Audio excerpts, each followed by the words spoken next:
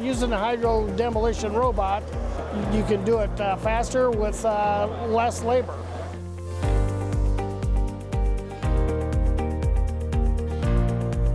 I'm Mike Miller with CLC Hydro.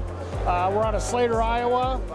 We do a hydro demolition business mostly for DOT bridge contractors. Using Hydrojet robot, it's more productive, it's more efficient. You don't tear up no rebar. The rebar comes out in perfect condition. They make a good quality product. People are very knowledgeable. Sales and service and parts are very knowledgeable, and they've taken good care of us. We built a company around our aqua cutter.